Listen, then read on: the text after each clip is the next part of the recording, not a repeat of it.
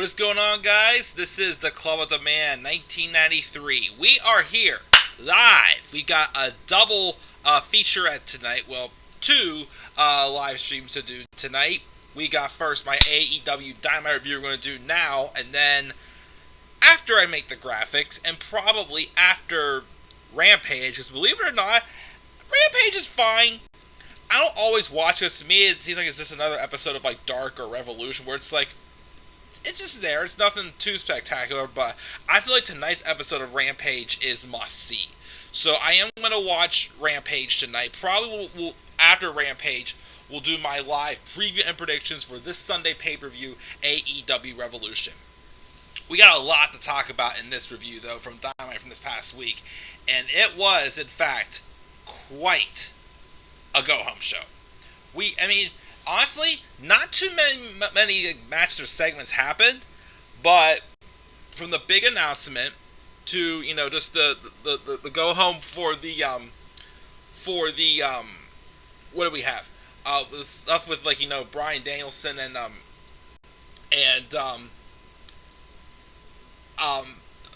Bryan Danielson and, what's it called? Did Ricochet just... Hold on. Wait a minute here. Okay, I have SmackDown on TV that's muted, and Ricochet just won the Intercontinental title. Dang! But, anyways, getting distracted here. We had a big announcement was made. We had some good, go-home show segments with, like, Bryan Danielson and Jon Moxley. We had a six-man tag team main event with Adam Cole and Red Dragon taking on Hangman Adam Page and two members of the Dark Order. We had a tag team battle royale to earn the third and final spot in that triple threat tag team match at Revolution. And a few other things. Oh, also, of course, we can't forget the big promo of the night. The beatdown from MJF on CM Punk. Revolution's pretty darn looking stacked. It already looks like it's a early pay-per-view of the year contender, and I cannot wait to see what happens with Revolution on Sunday, which I'll be watching with Daniel Guys at his place. It'll just be him and I this time. Joe, a little busy with work right now, but we will, of course, someday have Joe again on the channel. I'm not sure if Dan wants to do any live reactions or anything. Maybe we'll do a couple live reactions on Sunday. We'll see, but we'll have to see what happens. But we'll roll in. Let's talk about the show. Anybody in the live chat? Nope. Nobody in the live chat yet, but maybe in a little bit. But let's talk about it.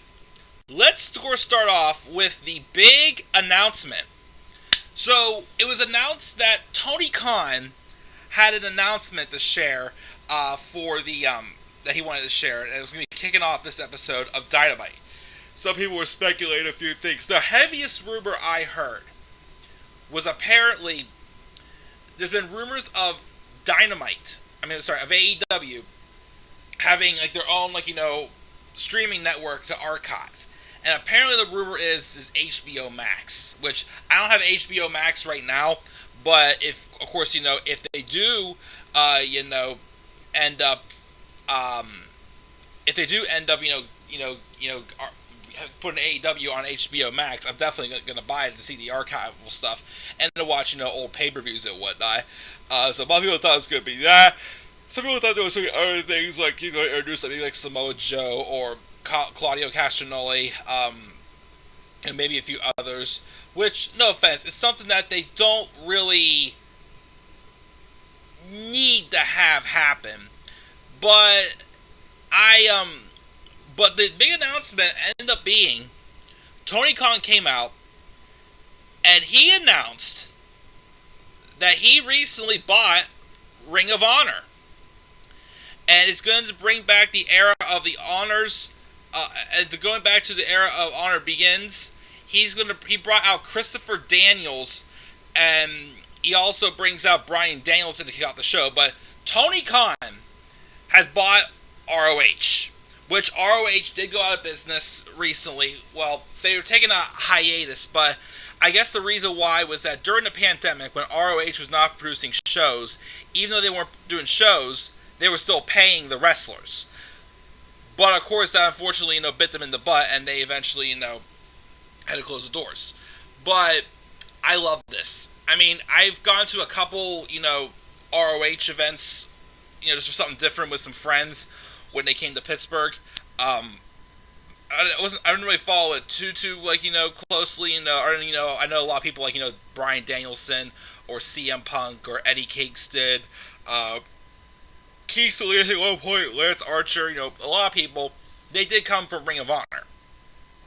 With Tony Khan buying it though, makes it very intriguing though.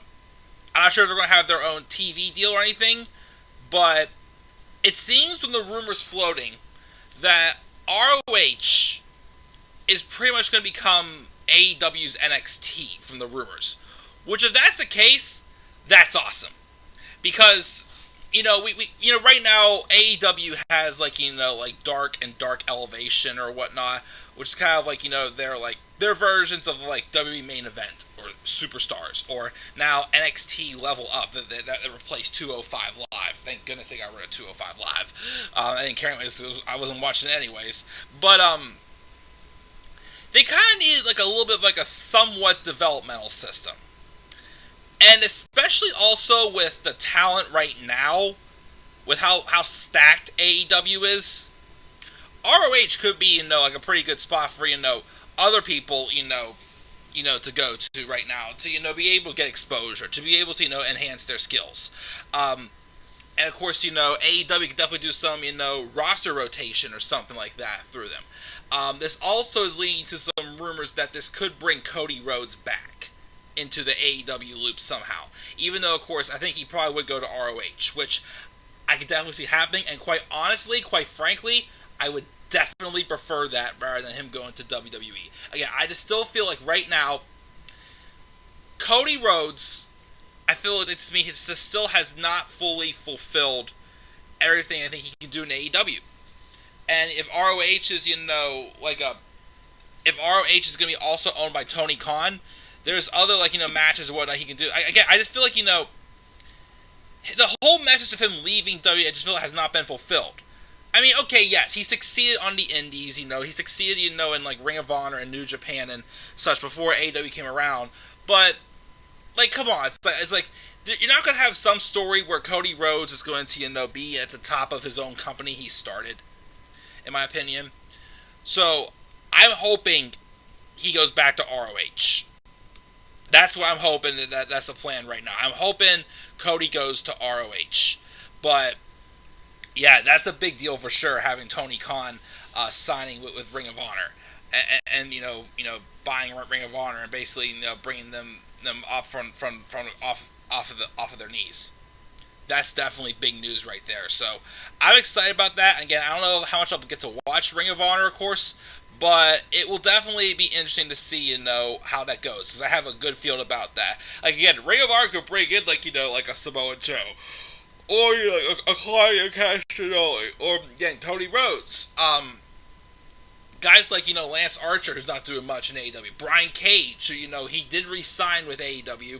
Like, it could also give, some people who, are probably, there's not much room for them right now, like him, or even, like an Andrade El Idolo, a few others that could bring them in and give them something else to do in the meantime. And then obviously at some point they'll be needed on on AEW, so that's their avenue. So it's like it's just another way of Tony Khan basically giving somebody something to do, making everybody still feel relevant. With the stacked roster right now, it's definitely hard to make some people feel relevant. That you can put I don't know, the men of the year, like Ethan Page and Scorpio Sky, put them in ROH or something like that. Because I do like those guys. But unfortunately, there's just not enough room at the top for everybody right now in AEW, because it's just so stacked. But now with ROH here, it's going to at least help them get some exposure, and to at least keep them feel relevant. So I definitely think that's a great move with Tony Khan buying ROH. I'm definitely looking forward to seeing what he does with that. But then of course, they had Christopher Daniels come out with American Dragon Bryan Danielson. I believe this might be the first time since they ended SCU that we've seen Christopher Daniels, maybe once or twice here and there, I'm not sure. But yeah, they brought in Christopher Daniels, and he had a match with former ROH World Champion um, Bryan Danielson, and they had a good match, really good technical wrestling, like mat type wrestling match. Christopher Daniels like 51 years old, but he can still go pretty good. Danielson though gets the victory by referee stoppage with his triangle choke that he literally puts on and just goes to show off the guns or whatnot. I still think my favorite submission by Danielson is still definitely the heel hook. I mean, there's always the little bell lock that's his his bread and butter signature maneuver. But I still think if I could pick one submission that's my favorite, I loved when he did that heel hook. But the triangle choke, with the muscles, is still pretty neat. But that heel hook is still definitely my finish. Afterwards, though, he gets on the microphone and he says how being in the main event of the first Ring of Honor show, and in that time they started and ended the matches with a handshake, which they did start this match with a handshake and ended the handshake, which made me think maybe they're leaning Bryan towards being a baby face again. But he then reaches down and grabs Daniel's hand and asks the crowd to give him a hand. But then Drag continues and says, however, I'm not in Ring of Honor. I'm in AEW. And it's now time to kick someone's head in. And he starts stomping Christopher Daniels' face. The exact same way as I always say how he turned on AJ Styles in 2018. So he's stomping his head off.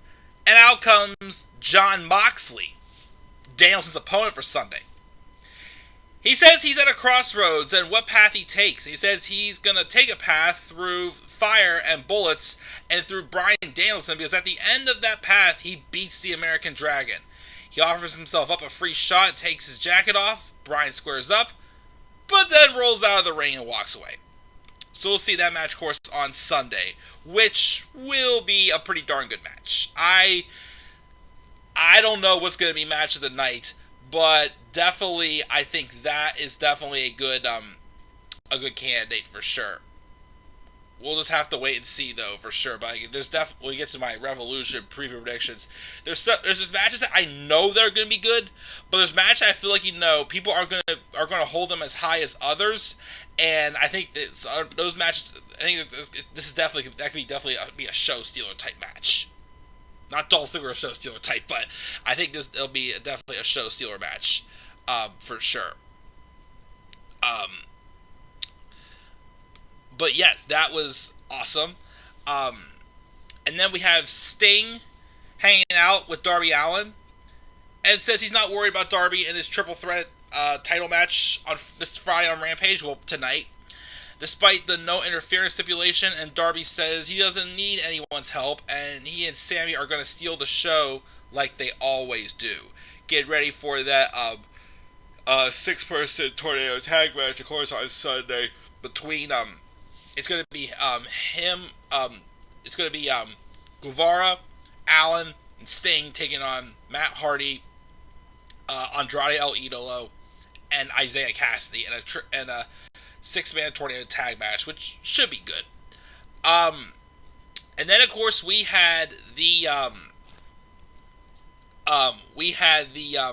second battle royale, casino battle royale for the number 2 contenders spot in a triple threat AEW World Tag Team match this Sunday. We had starting off, I believe it was who was the first 2 teams out? Well, I know who the second team was, but Acclaim, Dark Order, Butcher the Blade, Varsity Blondes, Probably Powerful, Best Friends, Dark Order, Young Bucks. I think it was 2.0. Yeah, I'm going to go with 2.0, I think it was. 2.0 was the first team to come out. The second team was not just Dante Martin. Darius Martin as well came out. So this was the return of Top Flight. I'm like, whoo, boy. Because, I mean, Dante Martin's had his chance to shine since Darius has been hurt as a single star. But, but definitely seeing these two back together are, like, nice. Definitely add some some good depth for sure to the tag team division. I definitely was very intrigued by Top Flight before Darius Martin got hurt, and they looked great in the match. Number 3 came out was the Acclaimed, who cut some other rap where they fired some shot at Glenn Jacobs' tweets or something like that. Dark Order was number 4. Number 5 was the Butcher and the Blade.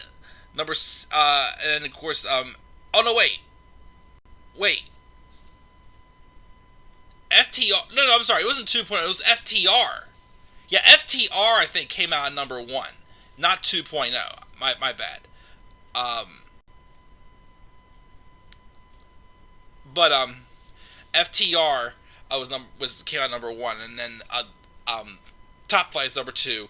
The Acclaim was number 3. Number 4, Dark Order. Butcher the Blade, number 5. And then the first elimination was whenever FTR eliminated Alan Angels of the Dark Order. And then Varsity Blondes was number 6. Bear County was number 7. Bear Country was number 7. Proud and Powerful, Santana and Ortiz was number 8. They immediately dump the Bear County, and which eliminate. They're the first official team eliminated from the match. I'm sorry. Max Caster got dumped out, but Anthony Bowens was still in there. Number 7 was Best Friends, or whichever order it was. Number 9, I lost track. Best Friends was next to enter. FTR and Proud and Powerful got into it, but then Bowens dumped Griff Garrison and Brian Pillman Jr. They both got eliminated by the Acclaimed. And then Dark Order, the Beaver Boys enter for the Dark Order. Butcher and the Blade get in the apron, and Preston Vance pub kicks him to elimination. Butcher goes after Vance's return, and they trade heavy shots, but the Dark Order rally and beat Williams down. But then Butcher and the Blade then would get eliminated by the Dark Order. Big rift on Bowens, the countdown times out. Then, of course, next enter was, number 10 was the Young Bucks, who came in, took their sweet old time, and they squared up with FTR, which, of course, they had a good match. Definitely wasn't a classic, but a good match at Full Gear in 2020, which was definitely a dream match for me. The Wingmen have joined the match when they came back from commercial. The Ass Boys came at number 12, which they're the Gun Club. They're immediately eliminated by the Young Bucks and FTR double teaming. And then we get Brock Anderson and Lee Johnson coming in next, and then Dark Order's 5 and 10 were eliminated by Anthony Bowens. And then everybody continued to go at it, to brawl. Eventually, though, it came down to just the Young Bucks, FTR, and Top Flight, which was a good final 3. Again, like I said, I'm definitely glad they gave Top Flight the rub here for sure. And then there was some good back and forth, but then Red Dragon came down, and they eliminated Top Flight from the match, I believe it was. They eliminated, I think it was Dante, I believe it was. They eliminated one of them, and they beat them down. And then eventually, though, the Young Bucks win by last eliminating a Top Flight, as FTR came in third, Top Flight came in second, and Young Bucks, of course, came in first, as you pretty much figured. It's just building up, for this triple threat match, where the Bucks and Red Dragon shake hands. But of course, that's, and then Jurassic Express come out and eye out their challenges. But that basically this match between this triple threat match is just going to set up for more of like an implosion between the Young Bucks and what's it called, and Red Dragon, because Kenny's probably gonna be back in maybe like 2 months or whatnot, and we're probably gonna get the match with Kenny Omega and the Young Bucks, the Elite, versus Red Dragon and Adam Cole, or Paragon, whatever we're gonna call them, the Undisputed Era, from what I've heard. But that was a very good setup there, of course. But that triple threat tag match is gonna be another possible show stealer for sure. So I look forward to definitely seeing what that is gonna be. All right, before we get to the next promo, let's check the live chat. JR says, why was Justin McMahon chance last night as the other night on Dynamite? I'm not sure what you're talking about that. But let's talk about then, of course, this promo with CM Punk and MJF. So, to, of course, remind you guys of what happened last week, MJF cut this promo that gave him a very babyface vibe, which he basically told his story about how he was bullied and how, obviously what got him through his rough times was his hero CM Punk. But he also stated that he felt betrayed when Punk left. Obviously, though, but then the surprising part was it made Punk feel more sympathetic and thinking, wow, I really meant that much to him. I really disappointed him by doing what I did. So basically, it looked like MJF, did what he could to get Punk's guard down. Let me tell you something. It sure worked. Oh, did it work or what? Well, first, before we got to that, we have Chris Jericho backstage. He talks about his conversation with Eddie Kingston last week, and he can't relate to him because he's been a big star for so long. But on Sunday, he finally gets a chance to win the big one. But in AEW, though, Chris Jericho is the big one in AEW. If Eddie can't beat him, he'll look him in the eye, shake his hand, offer his undying respect. But if he can't win, then he won't, and he'll look at his pathetic ass in the eye and tell him to get the hell out of here. But then Santana and Ortiz roll up, who obviously has had a recent, recent issues with Chris Jericho. Jericho offers a fist bump, and they take it. He says, "Are they good?" And Santana Ortiz walk off, leaving Jericho to say he's always got their backs. So, kind of tease showing that, maybe they're kind of back on the same page, but may not be. Who knows? We'll have to wait and see, though, what happens on Sunday. That's going to be another... I don't think Jericho and Kingston are going to completely steal the show, but it's still going to be another really good match, though, between those two. I'm definitely intrigued to see what happens there, and I'm hoping Eddie gets the win. Now, let's talk about CM Punk and MJF. So, Punk comes out, and he says he used to splash water on his face every morning and ask himself if he's the bad guy. He never really had an answer, and he believes nobody thinks they're the bad guy in their own story. Until a week ago, when he was certain that MJF was the bad guy all this time. And what MJF did last week was take courage. Something that Punk didn't think he had. Spoke about a lot of deep and important things, but he can't shake the feeling that he's been gaslit. He wants to make it very clear that he doesn't think MJF is lying about what he said last week and thinks those things happen, but his questions lie in how sincere is Max. But the thing is, he doesn't really know if it matters.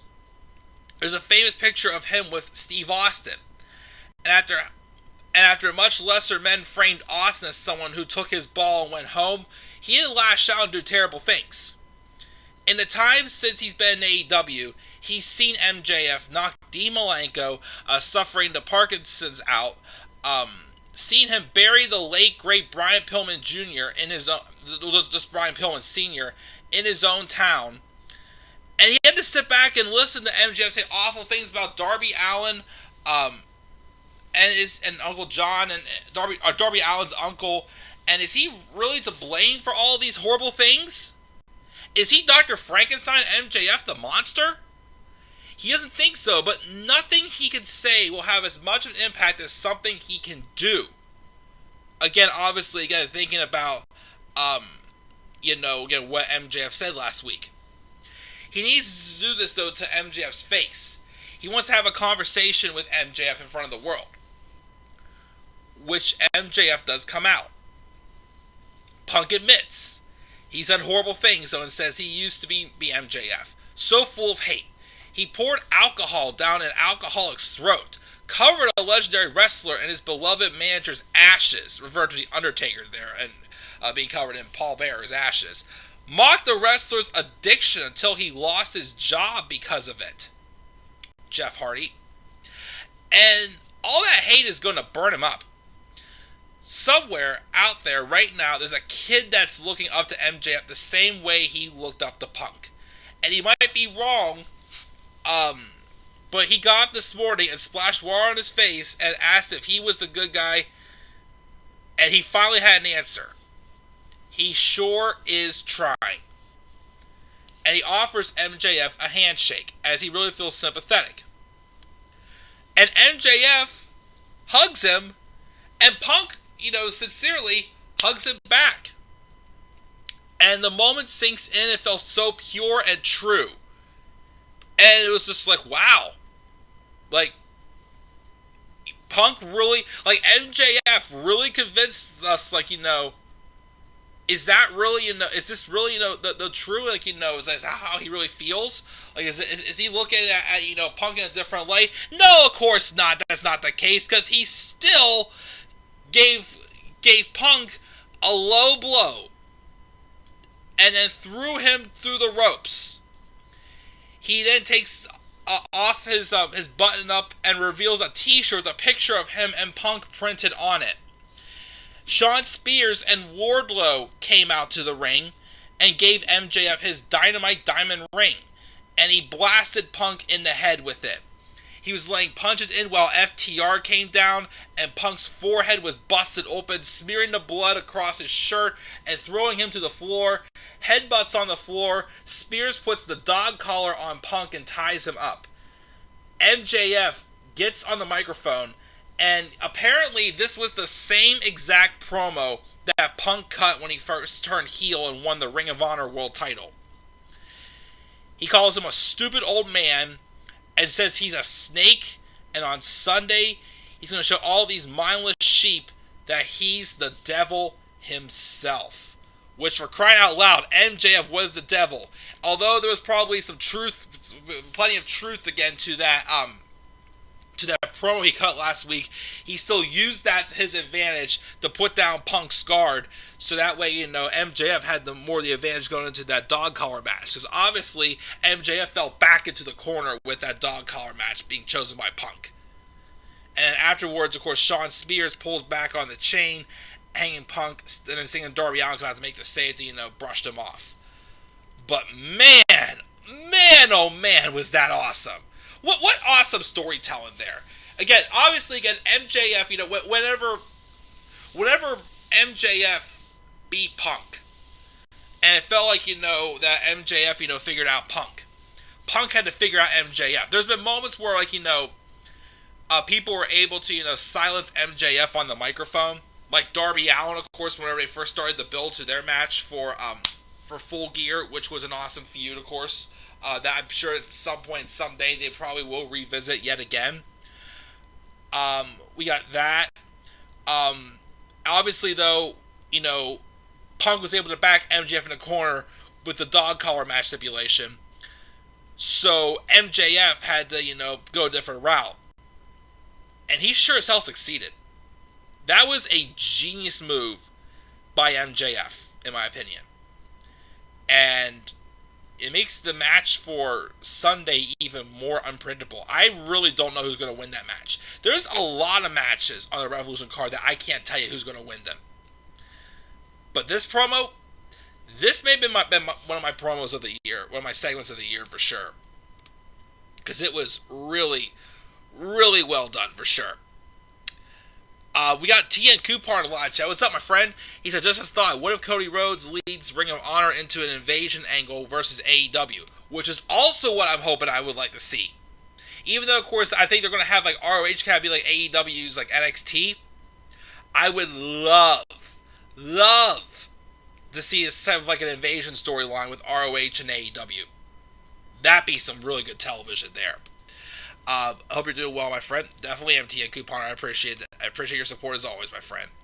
But then afterwards, we have an interview with Tony Schiavone interviewing Limitless Keith Lee, who apparently did do a podcast on Talk Is Jericho, so I definitely do have to listen to that. And also his little tune-up match he's having tonight on Rampage is actually the main reason why I'd like to try to catch Rampage tonight if I can.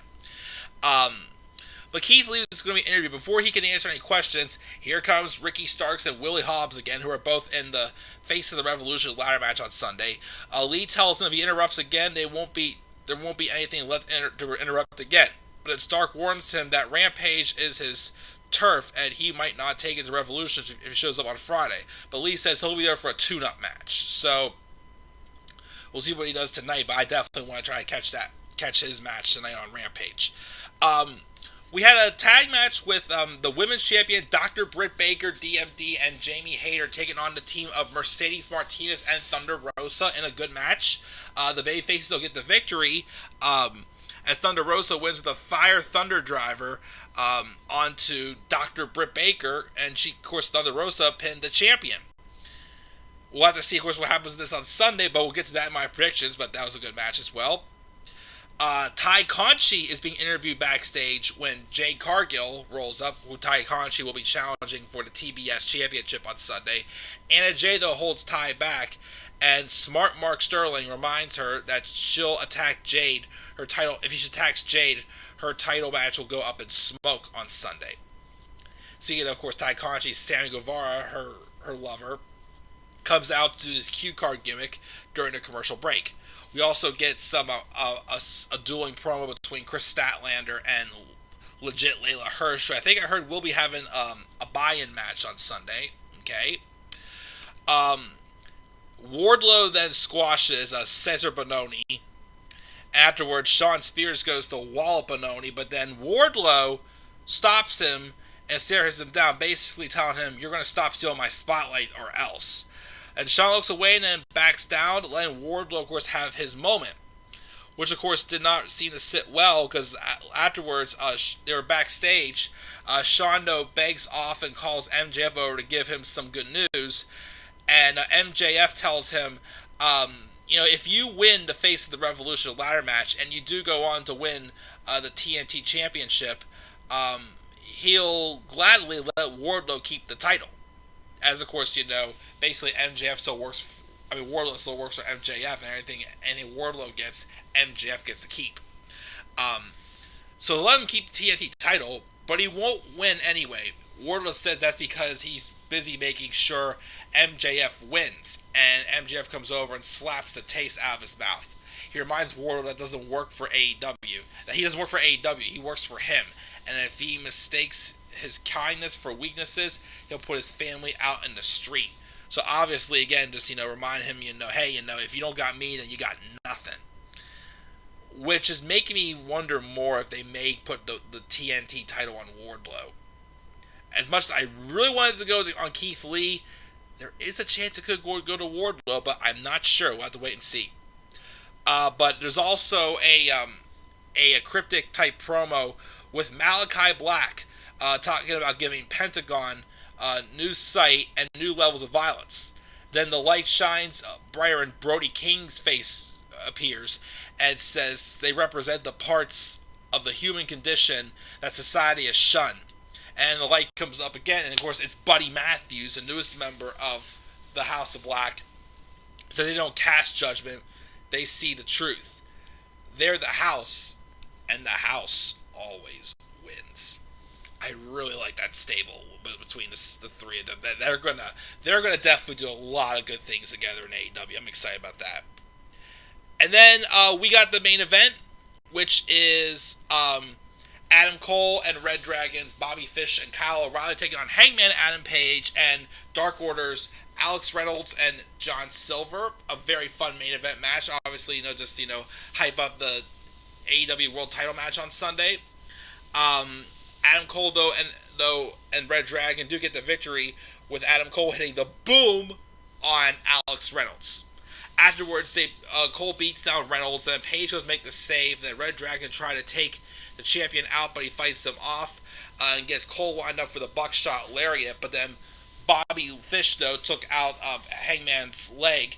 And then Cole beats Hangman down. Red Dragon then duct taped to the ropes, and basically Cole just jaws at him and he makes Page watch as he beats down his Dark Order friends. Um, and Cole then kicks Page in the face and puts a title on his shoulder, telling him the belt belongs to him. And then he posed with the crowd as Hangman slumps, crucified to the ropes. And that's how we went off the air with Dynamite. I had nothing to complain about. It was an awesome show.